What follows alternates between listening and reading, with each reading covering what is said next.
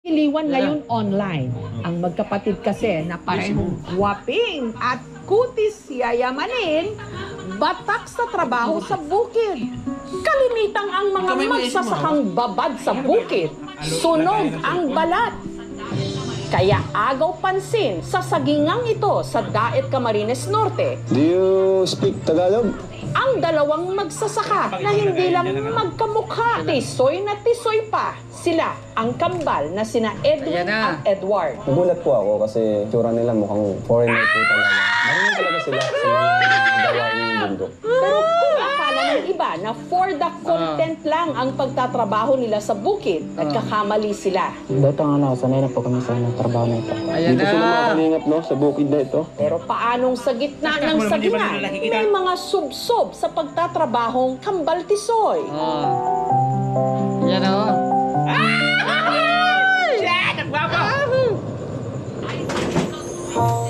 grabe o. Identical twins, sina Edwin at Edward. Copy-paste ang mukha, mula kilay, mata at smile. Si Edward po, siya ay mas matangkad. Pagdating naman po kay Edwin, mas maliit, mas malaman. Kung ako OA siya ng salag. Ako yung madaling magalit, lalo na pag yung gamit ko pinapakialaman. Kung Dora, may pa-drone. May pa-drone siya. Okay, ito yan. Magkatuwang ang kambal sa gawain sa bukid. Tanggal kami ng damo rito sa linya. Para yung nutrients hindi sa sa mapunta sa damo. Mahirap talaga dahil pag mainit yung panahon.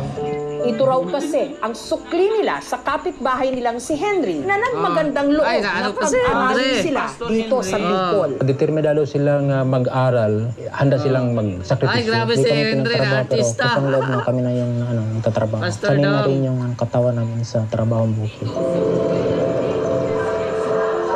Ay, grabe. Dito sa Froilan D. Lopez High School, nag-aaral ang kambal. Bagamat 20 anyos na, parehong nasa grade 12 pa lang ang dalawa. Nahinto kasi sila ng pag-aaral. Napakabait po talaga nila at napakamatulungin. Sa classroom, kapag nagpalinis ako, sila yung naglilinis. Wala. Dahil sa kanilang Helen, hindi nyo. Bumata nyo pa. parehong Wala. campus crush. Wala. Ang pogi! Hoy, ambisyosa kayo. Wala. Na yung mga babae nagbigay sa akin ng biskuit. Natutuwa ako kasi libre na merienda po. Kung madalas, pawis at sunog sa bukid, ang dalawa nagtatransform naman daw sa tuwing sumasali sila sa male pageant kung saan madalas pa silang maglaban. Ako nanalo ako. Tapos si Edward... Ay, may dapat lang. Gwapo ka, Bibi. Bagamat kutis siya yamanin, ika Gwapo ka, na, Bibi. Pili sa yan. totoo lang daw, hirap sila sa buhay. Pili, Nag-start manalo. ako 11 years old. Hanap buhay namin yung saging, rubber, yung binta para pambili ng bigas. Pag Okay lang galing yan. kami sa Importante school, magawa dito ko kami kayo. sa Okay lang uma namin. Ang baho namin yung gabi or kamote.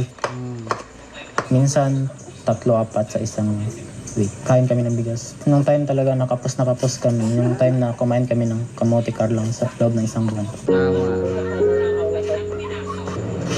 Dahil dito, kung ano-anong racket daw ang kanilang pinasok.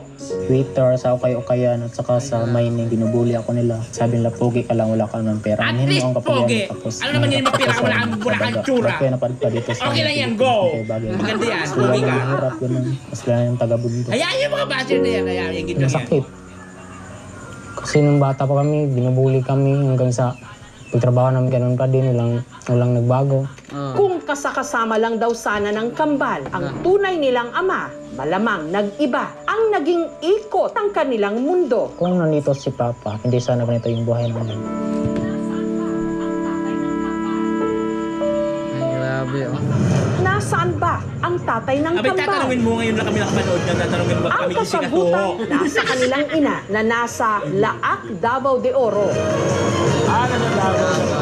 Si Maribel. Bago pa man daw nagkaroon ng bagong pamilya, una na raw umibig si Maribel Lahati sa ba ama ng napapanood, Mr. kambal. J? Okay lang yan, at least. Si Max, Lahati lang. isang Australiano. Naging suki raw ito ni Maribel sa pinasukan niyang internet shop sa Pampanga taong 2003. Gusto siya Malandigo. nakikisulat ako ang iyak ng gipangutanat kay sa akong pangalan. Ayun, Ano ko nanay siya nila. nga si Belinda. Wa man ko nagtugan sa akong tinuod nga pangalan. Maputi, gwapo siya na tao. Medyo matangkad siya. Parang blondie yung buhok niya. Ingon siya nga, gusto ko daw kumukuyog sa iya. Ingon ko nga. Kaya pupuntahan nila sa Davao yan. Ang pagsasamang yun ni na Max at Maribel, nagbunga. Nagbunga ka nila mga kalandian. Dalawang kambal ang gwapo. Sige guys. Ayan na! Gwapo talaga nila. Gwapo Bulaw nila. ang lahang buhok. Ako na siyang giingnan nga. Nasa'y kambal na anak nga sa ako ang. Pero,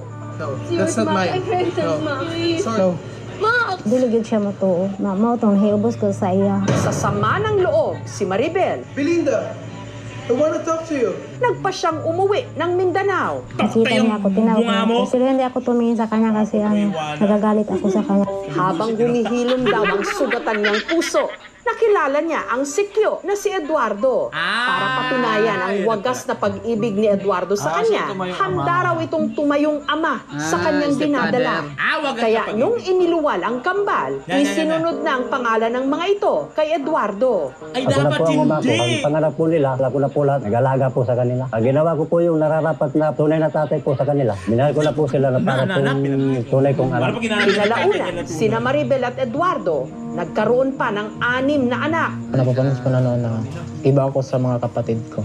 Yung kulay ng balat namin magkaiba.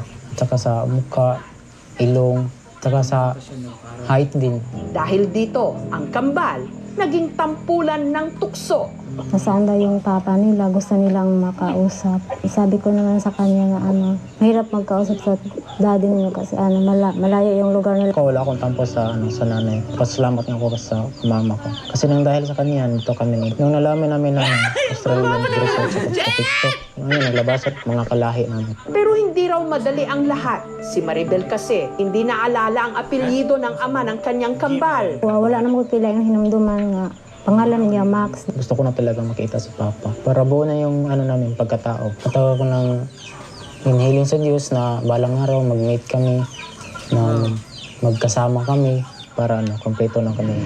Sa pag-asang magkaroon ng lead sa pagkatao ng Australianong ama ni na Edwin at Edward, nagpunta ang aming team sa Pampanga para magtanong-tanong. May computer shop po ba dito? Malapit sa Mr. JJ daw. Ay, Mr. J, WD. Or Belinda. May nakarelasyon po siyang foreigner, nagkaanak siya na kambal. Baka may nakita kayong lalaki na kamukha nitong mga Na, kambal. nakita. Follower. Follower. Dumadaan po dito? Kung sabi ni mama sa amin, may sinulat siya sa papel. Nakalagay yung pangalan ni Papa, full name ni Papa, at saka address. Nasaan na ang sinasabing papel? Ano pa kaya ang mga impormasyong isisiwalat ng kanilang ina? Gusto ko naman talagang magkita sila sa tatay niya. Susunod Sunod. ang pangarap. Susunod. Grabe. Oh. Tisoy na kambal sa Daet Camarines. Ay, may ads. Ay! Patay mo yung ad! Huwag mo pang ads dyan! Maraming tirang GMA! Ayan! Banat sa trabaho sa bukid. Binubuhay ako nila. Australiano na hirap, sila yung taga-bundok. Ba't kayo napansa dito sa Pilipinas nito bagay? Sabi nga, pogi ka lang, wala ka ng pera. Anuhin mo ang Okay naman katigan. ngayon, at least Tapos pogi. Mahirap ka pa sa daga. Minsan tatanong ko rin sarili ko. Kung nandito si Pap, hindi sana ganito yung buhay namin. Sa pag-asang magkaroon ng lead sa pagkatao ng Australiano nilang amang Binalik. nagngangalan daw na Max, tinungo ng aming team ang computer shop sa Angeles, Pampanga, kung saan daw ito noon madalas tumambay. May computer shop po ba dito? Malapit sa Mr. JJ daw. Oh, Mr. J daw. Kasi 2003 Mr. J daw. yung hinahanap namin. Ano pangalan? Belinda, tawag sa kanya. Nabuntis kasi siya ng isang foreigner, Australiano. Nagkaanak sila ng kambal. Nahanap namin yung foreigner na yun. Kasi 2003 nagstay na pala to. 2003 nandito ka na. Baka po kilala nyo ito. Belinda.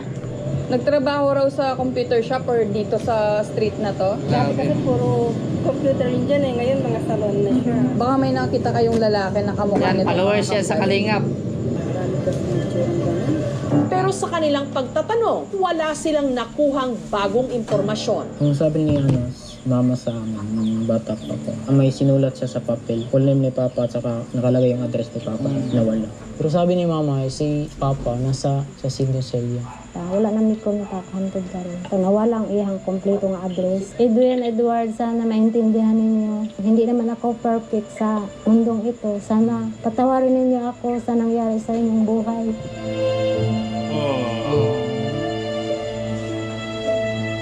Gusto ko naman talaga magkita Grabe sila sa ang tatay KJs, niya. no? Pinuntahan Hindi pa ko sa naman Davao. talaga sinadya yung nangyari Davao sa ba yan? kanila. Pampanga. Ay, Bigo man sa ngayon, sina Edwin at Davao Edward, nga yan. umaasa silang hindi ito Lucia, ang katapusan para mahanap at makilala nila ang tunay nila. Sorry pa talaga ako, hindi nila. ako marunong mag-English. Namimiss ko na po kita, Kilay, no? tatay. Kahit Pangos ng ilong, ang ganda ng iniwan mo kilay, kami ni no? Mama, wala Perfect po na akong galit perfect. sa'yo kahit konti. Sa mga nakikilala sa tatay ko, sana matulungan niyo kami na mahanap ang tatay namin. Kung sino man yung kaibigan ni Mama dati, baka nakakilala niyo si Papa dati, sana matulungan niyo po kami na makita namin yung Papa namin. grabe ang cute nila. Mahal love you. Yun lang.